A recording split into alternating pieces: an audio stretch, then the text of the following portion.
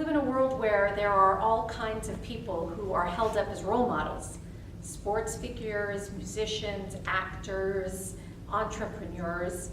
But what are the qualities that those people have? And are they qualities that, on the whole, we really want to emulate?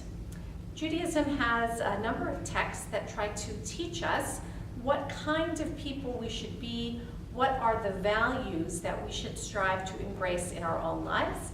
And one of the most famous texts that does this is a text from Pirkei Avot, from the sayings of the fathers.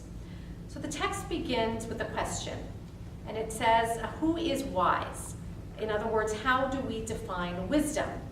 Now, we might think that wisdom is attained by a certain educational level, by a certain breadth of experience or knowledge, but the rabbis have a different idea. Who is wise? They say, who is wise is the person who learns from everyone.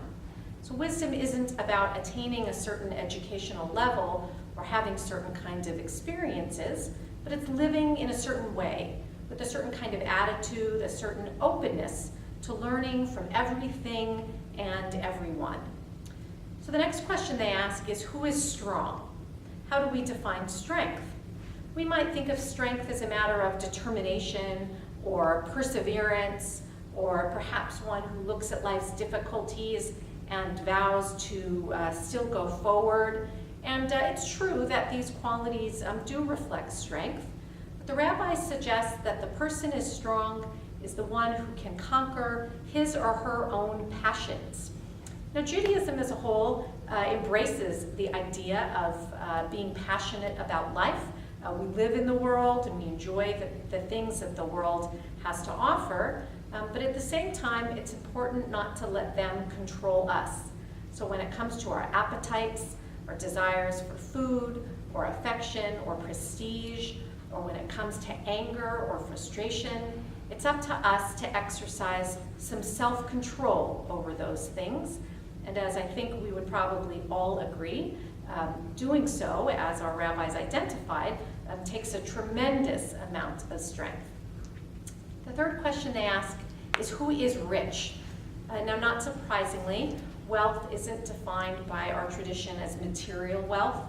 The person who is described as rich isn't the one with the most possessions or the most money, but the one who is content with what he or she has. In these difficult economic times, this is in fact something that I think a lot of us have come to learn and understand in a new way. We have learned to do with less. We have learned to be content with what we have and to still feel fortunate, to still feel rich in the presence of friends and families and community, and in the face of those who have even less than we do. And the final question they ask is, who is honored? And to be honored doesn't mean to be recognized in the way of actresses or sports figures. It doesn't mean to receive awards or prizes. The rabbi suggests that the person who is honored is the one who honors everybody, that we accrue honor by the way in which we recognize the gifts and the talents of other people. Wealth, strength, wisdom, and honor, these are the qualities that our tradition guides us to embrace, and it suggests that we do so by being open to learning from everyone, by controlling our desires and our impulses, by seeking contentment, and by looking at others to see the gifts that they have and honoring those gifts. And in so doing, one doesn't need to become famous or well-known. In so doing, we each have the capacity to become a hero in our own families and in our own communities.